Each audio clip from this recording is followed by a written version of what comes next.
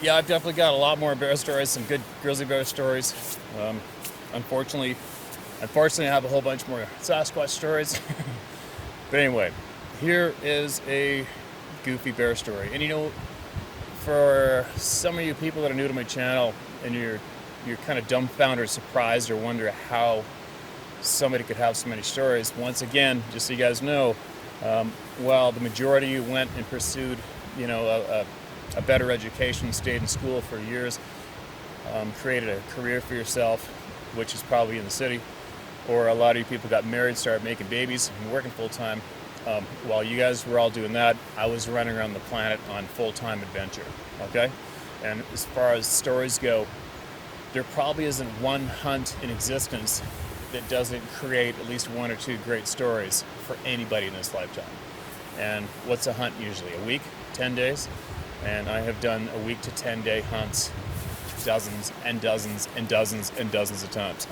So that is why there's no shortage of stories. But anyways, getting back to this particular story, this is years ago. It was years ago. And you know, it's a huge black bear story. It's a story about a huge black bear I went to harvest with a friend of mine, childhood friend, who wasn't really that much of an experienced hunter. And we were hunting deer, steep mountains, steep coastal mountains, and I was solo the week previous. Yeah, I think it was about a week previous I was solo, and I spotted this big bear on the next mountain over, and I watched him. And he's in a big berry patch. And I watched him as I was hunting, and kept tabs on him, kept watching him.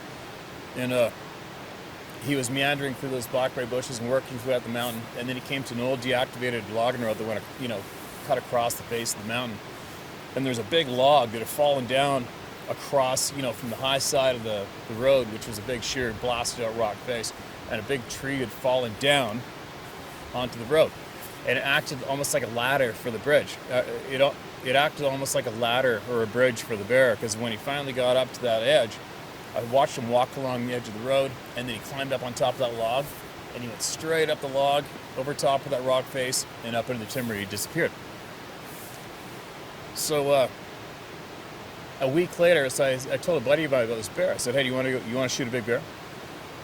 And he's all stoked, because yeah, I want a big bear, let's go. Okay, let's go.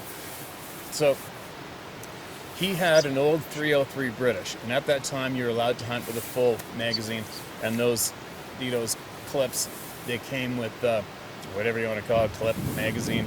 It came with 9 shots. I think it was 9 or 10 shots. Maybe it's 10 shots, so he kept one in the tube.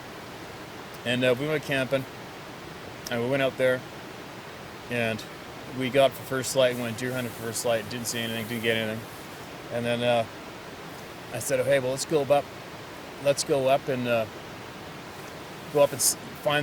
find a way to that crossing logging road, and we'll hike along the logging road until I can find where that log's falling over the top, that bridge that the bear used, you know, a week previous, and we'll sit there and we'll wait." Because it was so steep, you couldn't see over the edge very far. You couldn't see if he was down there in the slope anywhere.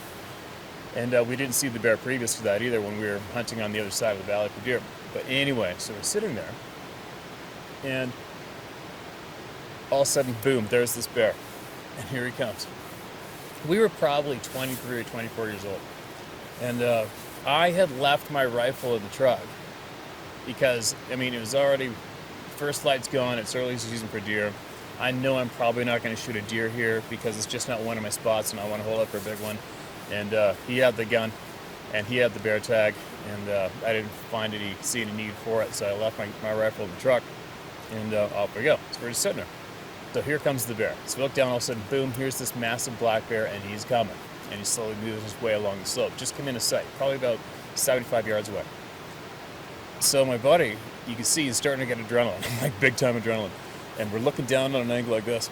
And I looked at the stump. I can see where this game trail he's consistently been using to hit this log. And you can see his dirty footprints on the log going up toward the logging road. And I look down, I see a stump. And the stump's about 20 yards in front of us, maybe 25. And I said to my buddy, "Okay, wait till he's at that stump, and then I'm going to whistle. He'll stop, and shoot him right in the shoulder and dump him." And my buddy, he's breathing like he's going, "That's so close. That's so close. That's so close." And I did. You've got the gun. You're going to shoot the bear. You want it. It doesn't matter. You settle down. Settle down. You got to make the shot. Like, settle down. So, I'm watching him, and his whole demeanor's changing, and there's nothing stopping. There's bears coming, he's coming, he's coming, he's coming. He gets to about the 25-yard mark. I'm whispering to my buddy to calm down. He gets to the stump. I whistle. He stops. He looks straight up at us. Looks at us. And my buddy pulls the trigger, and it doesn't do anything, because the bolt to the rifle wasn't seated perfectly. It was up a bit. And he almost made a bit of a panicking, like this. And the bear kept coming. He just stopped for a minute, looked up, and he starts coming straight at us. So I looked over, I go, your bolt's up, close your bolt. So he closes the bolt, puts the gun up, pulls the trigger, boom!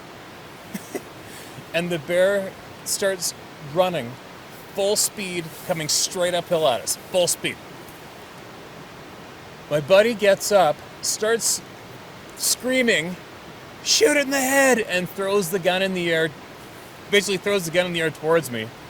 I grab the gun, he's running, screaming, shoot him in the head, shoot him in the head. Everything goes into slow motion. The bear is on full sprint, coming full sprint right up the trail. I'm right in the middle of it. I got this stupid 303 British right-handed gun. I shoot left. And I swear, if you were somebody anywhere else in the valley listening to this, it probably sounded like a machine gun going off. I was working that bolt so fast it was stupid. And I was pounding that frickin' big black bear in the chest all over the place.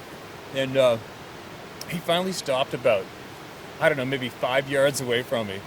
And he stopped, he's like, like this. And there was one shot left, and I drilled him in the base of the neck and dumped him. And he was so close, you could see smoke from the muzzle blast. Smoke was wisping up out of his fur. I'm like, oh my God. And then it's funny when you're younger and you're not that experienced with these kind of incidents, after you have such a surge of adrenaline, thankfully I reacted the right way. If I look back now, I think that bear was probably panicking, running for his only known safety route, which is straight at us to get to that log, to get above the road, to get into the timber, possibly. Was he a rogue, 1 in a million black bear, a 1 in a million chance that a black bear is acting aggressive and coming to chew on us? I don't know. Could have been. Who knows? I know his ears were back, and he was coming straight at us, doing Mach 5 for certain. And but either way, that's what happened. I'll never forget that day. Right as soon as the smoke cleared. That's when you get instant dry mouth. You can't swallow. Your knees are shaking. And then I was getting really angry. I'm looking at my buddy. I think he's still running.